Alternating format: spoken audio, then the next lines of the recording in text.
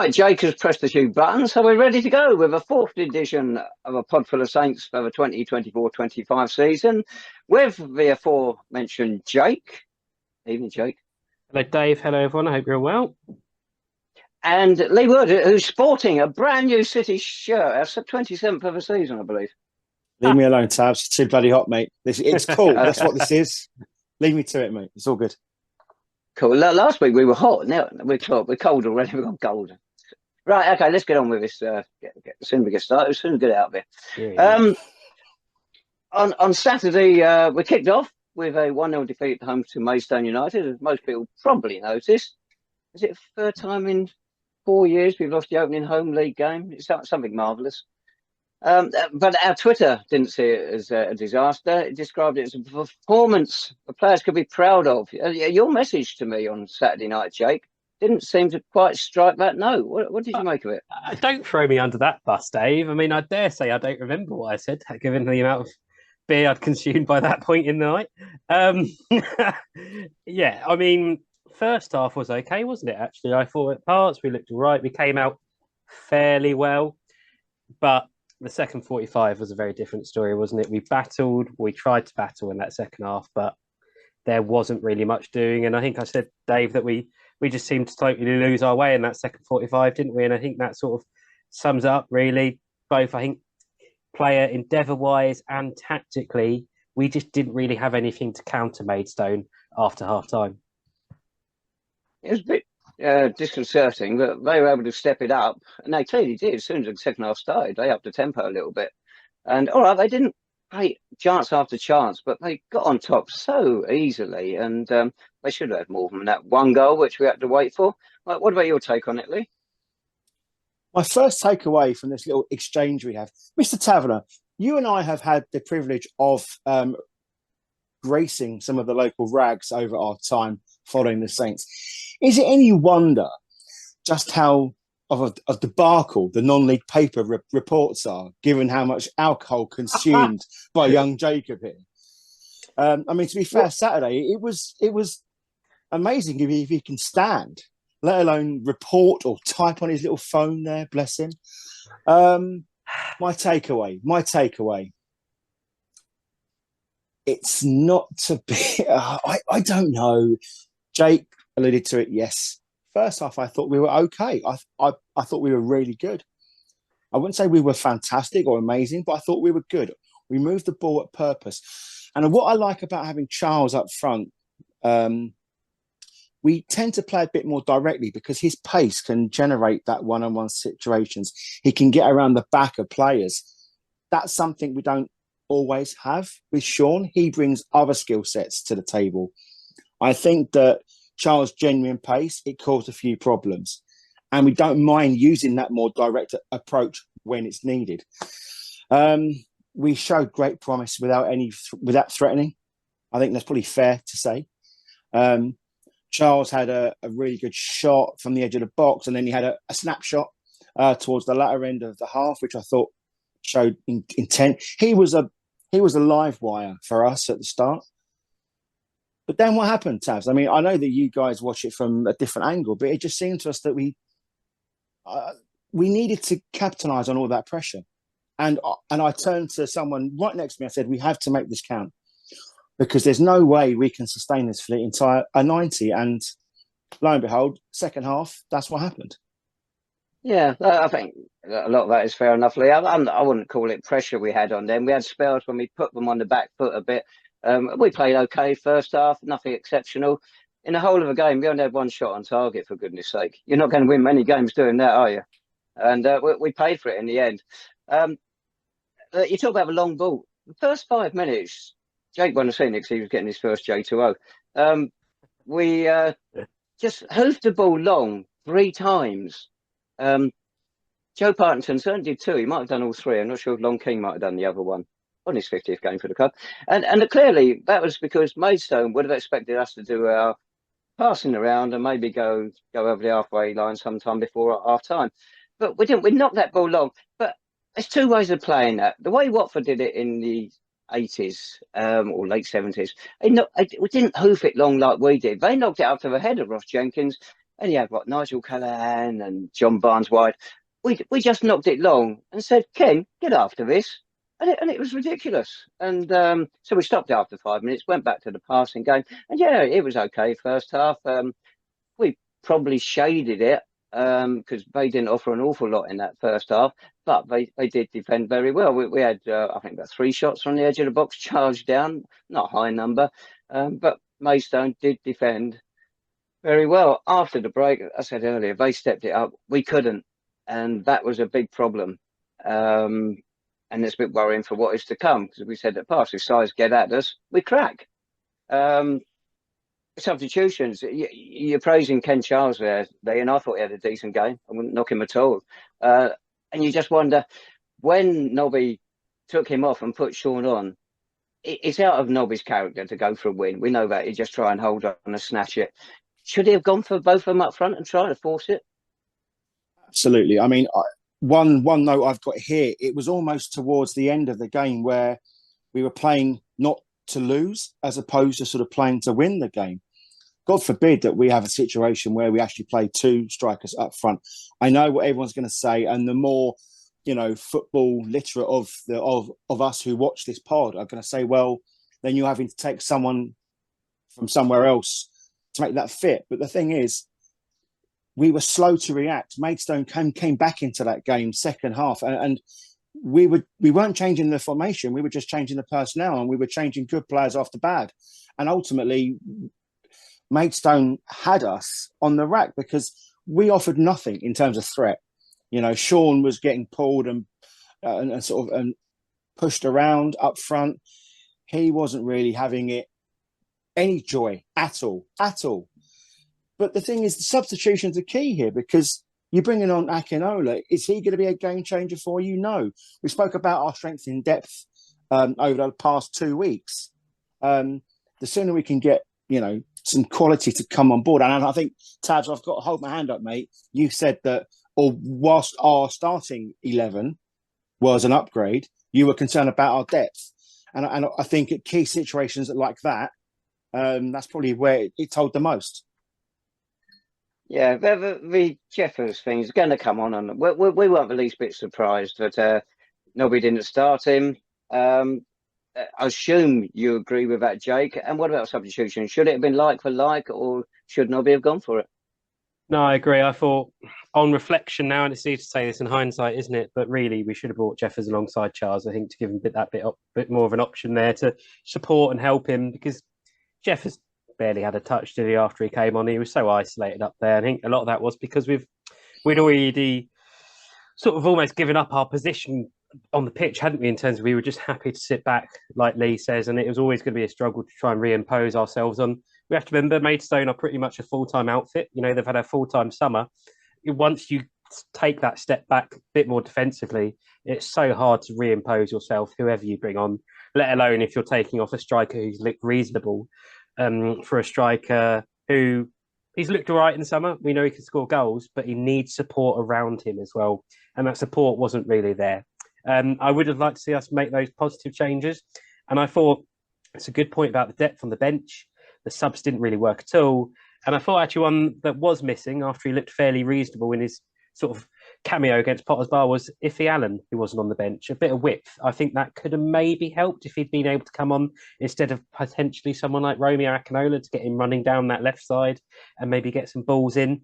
But yeah, it didn't work. And I thought the worrying thing for me was tactically, it looked like we just weren't sure what to do once Maidstone took control. Yeah, fair enough. I think Lee mentioned about a buffeting Jeffers got.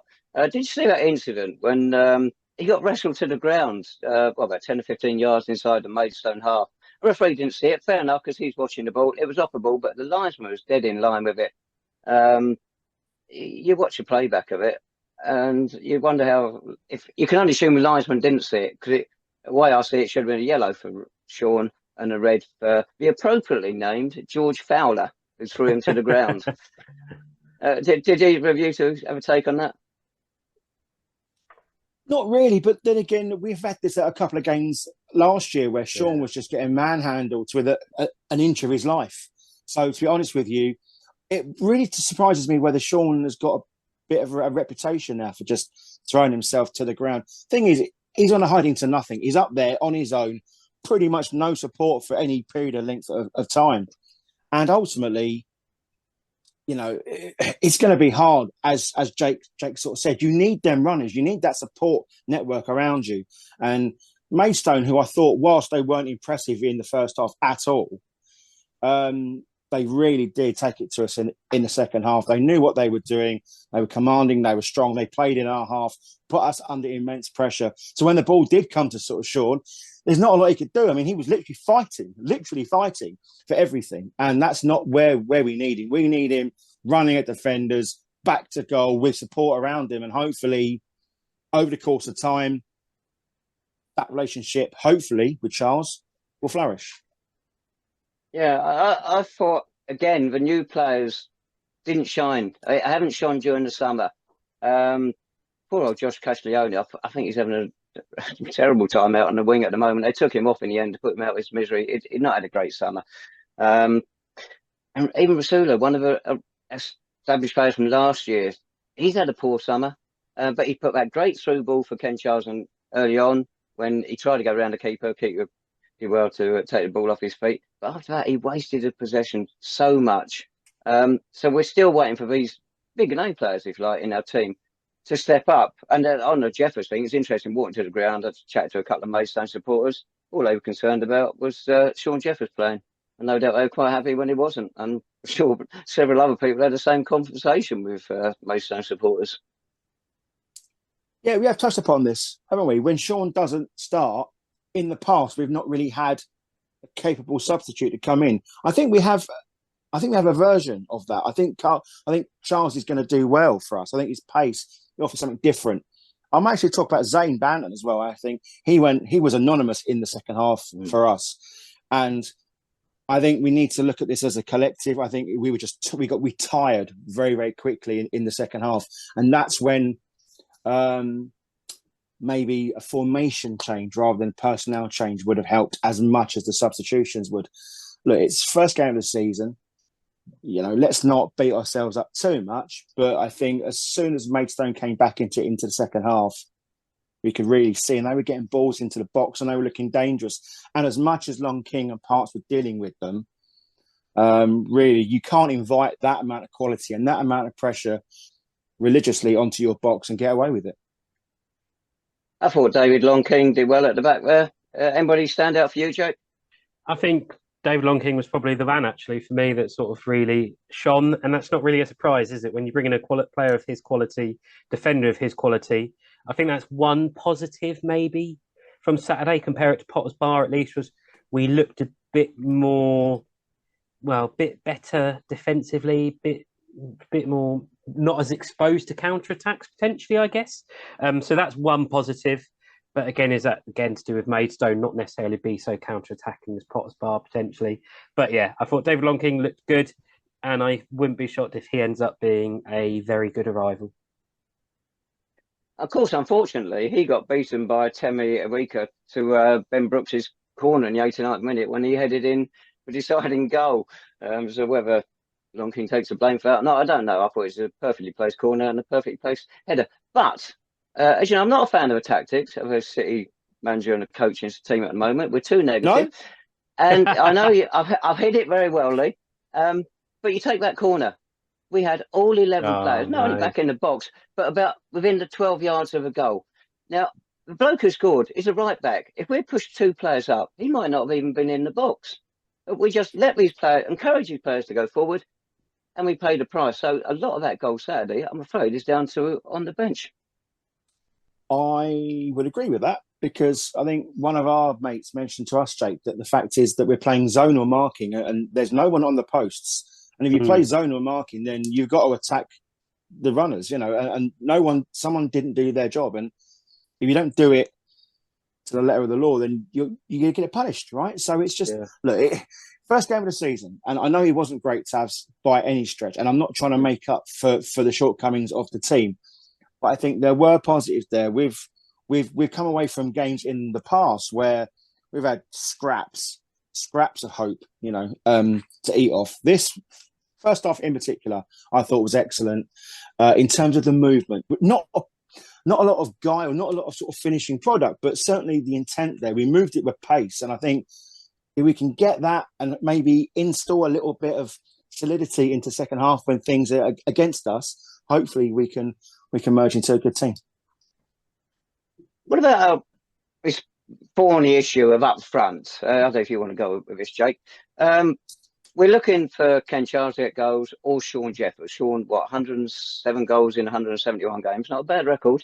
Because you look at our midfield, there's not going to be many goals coming from that. All right, Rasulu last season got 9 in 44. Castiglione got 2 in 22 for Chelmsford. Same, all right, he was injured here, got 5 in 24, so league games. Smith, none in 41. Deadfield, none in 41. Payne, none in 40 plus. There's not many goals in midfield to support our attack. Not at the minute, and it's a concern, isn't it? Because we've talked about in pre-season how maybe we don't look the sharpest in around the box, and I think it could be a continuing issue. It was a bit of an issue last season, really, wasn't it? We had midfielders that weren't necessarily goal scorers, and it'd be great to see someone like Rasulo. We know he can do it. We know he can push forward, and the same as Zane, but it's hard, isn't it? I think I think they're getting used to the way we're playing. And one thing with Ken Charles is, Shaun would sort of lay the ball off, wouldn't he? He would hold it up, he'd lay it off, he'd look for those runs in behind. Well, not runs in behind, but those sort of diagonal runs across. Playing with Ken Charles is a little bit different now. So it'd be interesting to see how it works. I mean, we know it's going to take a while for it to work, but yeah, that issue with goals from midfield is one that's going to continue until we can bring in someone that can help with that as well. That'd be a lone player soon, wouldn't it? You'd have a lone player, don't you, Tavs?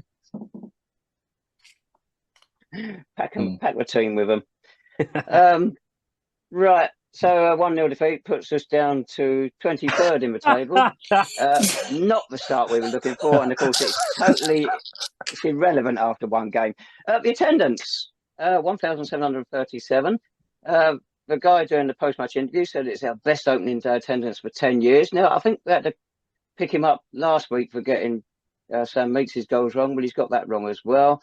It was our highest home attendance for a first league game since 2006. A great attendance. Fantastic. But I think that's there. You're finally seeing the endeavours of all the hard work behind the scenes at the club now. However you feel whether they promote it rightly or wrongly, everything at their disposal has been thrust in our faces. Whether you're there for the football or you're there for the food, people, they came, and it would just be disappointing because if we'd have kicked off with a win, Tavs, that really does, because we've got Dorking, and that's a bloody hard game. Then we got to go to Hornchurch. That's another hard game. If we could have picked just something up at home, because there's all possibilities. We could go into the fourth game having got nil points. So, we've got to really be kicking ourselves for not making all that pressure count in the first half. Lee, don't upset me about how a club promotes his games. Match Packs now no longer mentions the football one little bit. He just mentions the booze and the food. Nothing about the players, who's available, who's not available, and who's drinking water, and etc. So, no, they don't promote games. They just promote what's going to bring money into the club, because that brings in, 50% of the club's income. Fair enough from that point of view, but come on, look after the supporters as well, who are actually there for the football. Anyway. There we go. Maidstone, what do you make of them? From 90 minutes, do you see them? I think we suggested last week they're going to be up there. Anything to change your mind, really? No, not for me, to be honest. They looked reasonable, not amazing, but like us, they had a lot of changes in the summer in terms of personnel. So I think they're still bedding in. But they look like a strong outfit. We're not surprised. They've got a lot of money there after their FA Cup run, which you can see they've invested in the team. And we know that the manager there, he's good and he's well respected. And you'd have to expect them to be up there, wouldn't you, this season? So I don't think Saturday's performance particularly changed much. You go along with that, Lee? Yeah, they're a team that are going to win ugly, and that's what happens. If you look at the teams that have got promoted over the last few years, when they weren't exactly on their pomp, they still won games. They still ground out results. Braintree being a perfect point a case in point. Maidstone are going to be up there. They're strong. They move the ball well. They're physical. I think they're scared of pace. I think as you showed, and I think they are susceptible to good quality play. But unfortunately, we just didn't make that count on Saturday. In Maidstone, I think a few of their fans could probably wipe their brow after the game on Saturday. They probably got away with one there. Right, that was our fourth consecutive league home defeat on a Saturday. Oh, Jesus. Should Worthing make it 5 this coming Saturday, that'd be our worst record for 51 years. We hope it'd be a cracker. Last 3 games with them, 23 goals. Last season, they won 7 in a row till they lost to Braintree in the final. That was a boring 4-3 match as well. Saturday, they were 3-0 down at Weston-Sutton-Mare. 1-4-3. So even under Chris Agatur, who's replaced, was it Adam Hinshelwood as manager? He went to York. They haven't changed the way they play. What are you to expect on Saturday? I think Worthing are going to be in a bit of a transition. To be honest with you, I think as I alluded to last week, they got into the latter end of the season just off of adrenaline about all of their good run up to that point. It is going to be tough for them. And as I said to you, I know I wrongly mentioned they were Dorking, but it's not as Worthing, sorry. But they're still going to be really tough opponents. And we need to get something from this. We had a message on our email saying that it's our home form, yet again, that could potentially cost us. And we need to start rectifying this big time. Because the big crowds, they're not always going to be there if we're going to keep faltering at home all the single time. And I think we've got to look at this game. We have to reset, restructure, and try and get something out of this. What changes can you see, Jake? Oh, I mean, if you look at that team, do we actually see many changes really that can come off the bench, like you mentioned at the minute? We know we've got someone training with us. That person, Tafari Moore, he was there again on Saturday, wasn't he? He was spotted today in St Albans in City training gear. But from what we've heard, he may not be available this month for whatever reason, potentially. We don't know yet. So if he's not signed by Friday, 5 p.m, the deadline, or if it's even earlier, then he won't be coming in. So if it's not him, then who? Iffy Allen? I mean, we don't know why he was unavailable. I mean, he'd maybe be one that I'd potentially look at. But otherwise, I think we probably had our strongest 11 out there, apart from Lewis Mikio. And I don't know what you'd really be able to change to go at that Worthing team, to be honest. I don't know if you guys can see anyone that's featured that could maybe come off the bench and start on Saturday. Yeah, number 9, have you heard of him? Well, yeah, but just thinking in terms of, is that actually going to happen? Because Charles looked all right. And also, against this Worthing team, we know there are probably going to be gaps at the back. Could this be that game for sort of someone like Ken Charles? Or maybe 2 up front? Oh, that's radical, isn't it? Radical. It's funny, Worthing, when they lost Hinshelwood, everybody thought they'd go off, but they went that great run at the end of the season, so they didn't go off at all. Losing Ollie Pearce, 40-odd goals last season, should be a massive blow. But no, they got Danny Cashman. He got 15 goals last season. That's the difference between them and so many clubs. Their second highest scorer also scored a lot of goals. And, of course, they opened the season on Saturday with 2 more down at Weston's ground. They only had 5 players in that starting line Saturday who finished in the playoff final defeat to Braintree. So they've made changes. But, as we said, they don't change their style. What do? Do we try and take the sting out of the game and with our passing game and slow them down and catch them? Or do we take it to them? Have we got a team to take it to them? I think we've got the team. I don't think, given the players we have, we need to play to our strengths, right? If we start slowing it down to there's no point playing in front of teams because they'll let us have the ball. And at the minute, we're not showing that clinical intent to get behind teams or cracking on goal. Deadfield, Payne, Banton, Rizzulo. You look at that quartet there, and everything about it should smack that we're going to take it to these teams. But for whatever reason, it's just not happening. I think Banton's playing out far. If you look at when Banton was at his pomp under Ian Allison, he was almost playing more central role. You need to sort of drag him in there somehow. Make that just build everything around him for one game and see what happens because Deadfield and Payne, yes, they're perfect passers of the ball, but we really need to sort of get at teams. You've got the pace of Charles in behind. You've got the trickery of Arizulo when he fancies it.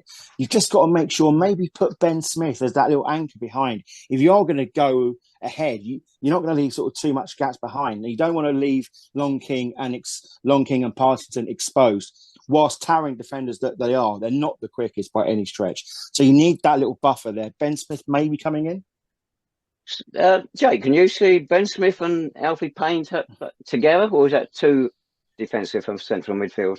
I don't know. I think Alfie Payne has that ability to go forward. I don't think we've really seen it from him yet, to be honest, in City colours. It'd be nice to see that again. I said on Saturday that the Maidstone battle would be in that midfield, and I think it's fair to say Maidstone eventually came out on top, didn't they, in that second 45? And I think Saturday again will be a similar battle. And like Lee says, it's all well and good playing in front of teams, but we lose the ball in midfield on the transition, and we just get absolutely caught out and exposed, to be honest. And Worthing will cause us a lot of issues. They're defensively not great either. I just watched their highlights, and first half hour they were all over the pitch, and then second half Weston were all over the pitch. So it's about finding that real balance. But like Lee says, we've got to play to our style. And I have to say, every time we've played Worthing under Nobby, we have kept to our style, and that's normally why it's ended up in absolute chaos. So I think that would be nice to see again, to see that attacking intent that I don't think we quite had enough of against Maidstone. But like Lee says, we need to get the players actually on the ball and involved. You need Banton, you need Rusilo, you need Payne and Deadfield all to step up. I know they did it at times during that Maidstone first half, but we needed it throughout the game. And I think particularly Banton and Rusilo, who both for a lot of Saturday's game were almost invisible, unfortunately. We've got to be alert up front on Saturday, because you remember his high-scoring games. A lot of our goals, or a number of our goals, have come from them making errors, because they do the passing from the back, but when they go forward a lot quicker than we do. And we're sloppy at the back at times, and it's cost them 2 or 3 goals against us recently. So we've got to be alert to that and make sure we punish them. Yeah, absolutely. I mean, to concede 3 against what is not a spectacular Western side, is it? So there will surely be openings there. It's just whether we can sort of keep the door shut at the back as well. One or two people think Western might do something this year. No, possibly not playoffs, but be further up the table than we're accustomed to seeing them. Are these the sort of people who drink in Wetherspoons at 10:30 in the morning, Tabs? Or probably. Right, well, we'll do the prediction for that one in a minute, because we've got a game next Tuesday as well. Our first away game of the season, first away league game. We've got a fantastic record in the opening away league game. We've won 2 of the last 17. And Hornchurch, manager Darryl McMahon, I think we know him from his time at Ebbsfleet. We know him better there. A couple of former Saints, Nathan Green, 6 games for us 10 years ago. He got sent off in their 3-1 win at Hampton Saturday. And Emmanuel Harvest, that we had on loan, was it from Orient last year? Yes. Played 8 games for us and didn't exactly set the world alight. What do you two reckon on this one? Well, these hard games keep coming, don't they? I mean, I took a look through the Hornchurch team earlier, and there is actually, they've got quite a lot of names. We know they've got quite a big budget down there. I think to get someone like Darryl McMahon, and they had Steve Morrison's there last season as well. So to have those sort of names, you've got to have a big budget, and they've got some good players like Jazzy Barn and Bob. Angelo Balanta, who they signed from Bournemouth. Sean Scannell spent 9 years at Palace. And Darren McQueen, who they signed from Ebbsfleet this summer. So it's actually really quite a tough, I think, first away game of the season. And just looking at that team, I've just made myself a little bit anxious about it, to be honest. Has he ruined your day as well, Lee? Every day, mate. Every day I speak to him, he does that. But on a football level, in terms of the pod, I don't think it's really unjust for sort of Jake to feel a little bit queasy about it, because if you look at it, good side. I think Balanta was banging in the goals for McMahon when he was at Dagenham. I think he scored over 50 in the 3 seasons when McMahon was in charge there. So they've got that relationship. Darryl knows what he wants. I think he tries and plays the right way. He likes a tall, strong, physical team. they basically bullied their way into promotion last year. I did actually watch them a little bit, but look, it's just the way it is. He knows he's got a formation. He's stuck, and it's productive. You can have a formation and stick to it, and it gets you nowhere. But if you've got a formation and it works to within, everyone knows their role, it can be really, really good. And I think that's what Daryl McMahon has got there. I'm concerned, yes, but I think I'm looking at the next sort of 2 games for us to really sort of step up now. We've got that little sort of wibble out of the way with the Maidstone game, but I'm looking at Worthing and I'm looking at Hornchurch, and yeah, there could be some points on offer for us if we play to the best of our potential. It's all about getting the best out of your players. Danny Cashman just mentioned 15 goals last season, and Worthing started him Saturday. Hornchurch got Liam Nash, 84 goals in 141 games. Great record. They started him Saturday. He got a couple.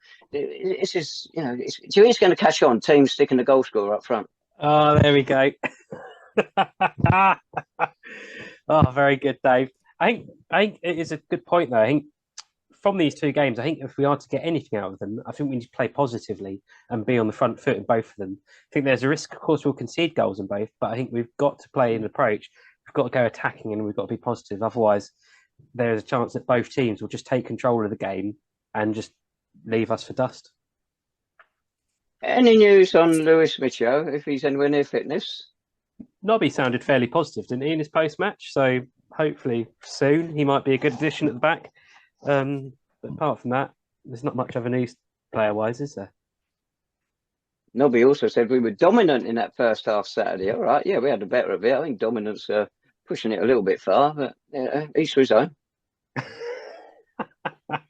So have you gone back to watching the post-matches now, Tabs? Have you? Or just... I didn't bother with the friendlies, no point. So I watched the first 2, and that mute button's just like people watching this. That mute button's close. Anyway, and then backroom staff at Hornchurch, I got Jamie Southern, Lee might remember. He played when, was it Haybridge Swift we beat in the FA Cup about 20 years ago, Lee? But when we got kicked out on a technicality, thanks to a club down the southwest for some reason getting involved and suggesting he shouldn't have been playing. Anyway, a long time ago, water under the bridge, everyone's forgotten it. Clearly. Apart from us. Wasn't Eames's finest hour, but there we go. We have to mention the delights of Hornchurch, don't we? And what a ground it's going to be for everyone that wants to go next Tuesday. The pictures makes it look like a real paradise, I'd say. I haven't seen them, Jake. I've seen the real thing in the past, but no doubt it's changed a bit since then. Well, you say that, Tabs. You say that, mate. Like when you do go to Paradise, make sure you have your jabs, because I think you might need them when you go to Hornchurch next Tuesday, mate. And your javelins and your running spikes for the running track. Yeah, I remember that. There's no place for running tracks at football grounds, really isn't. But funny enough, going back to about 1964, when Westminster Lodge opened, the council wanted us to go down there and run track down there, but thankfully we said no. Also, Ishmael League wouldn't have allowed it anyway, but that's neither here nor there. There we go. I mean, 1964. Jeez. Blimey. All right, okay. Oh, that's the new ground sorted. Cheers, Dave. Yeah, that's it. Done and dusted. Well, you say that. Sorry, Tyler. Oh, there is a point. When the owners were looking at a new ground for us, must have been 8 years ago now. The leader of the council then, Julian Daly, did actually suggest moving down to Westminster Lodge, but then it would work out that the athletics would take precedent over the football, and we'd end up playing a calendar of absolutely ludicrous games on like Sundays and whatever. And he referenced Monaco of all teams as into how great collaborative efforts between athletic track and football teams. He actually came to one of the few games afterwards, and I had to pull him up the fact that Monaco is basically part owned by the state. It's in millions and millions of pounds worth of debt, and no one goes. But apart from that, his suggestion was absolutely valid. But again, running tracks, we've got Enfield coming up, Tabs. We're going to We're going to visit our friends at Chelmsford again, so there's going to be plenty of them for you to get your heads around, mate, isn't there? I take it that bloke's been voted out of office by now. You talk about sharing it with the athletics and them having first call. It's all about in 64s because the council wouldn't give us preference for the changing rooms. So the Ishmael League said, no, you can't have that stupid idea. Go away. There you go. Anyway, yes, running tracks, football grounds, we're all in agreement there. Don't work, even in Monaco. Right, anything else to chuck into the mix before we do our spot-on predictions?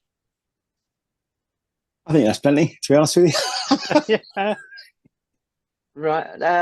I don't wish to go on, Jake, but only one person predicted the correct outcome last week, but not the correct result.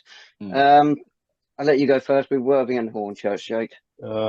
Worthing, let's go 3-2 Saints. You know, why not? Not as goal scoring, a high goal scoring as usual. Okay. No, and then Hornchurch, I'll take a 1-1 there. Okay. Lee? I'm going to go 2-1 Saints against Worthing, and I'm going to go 2-2 away to Hornchurch.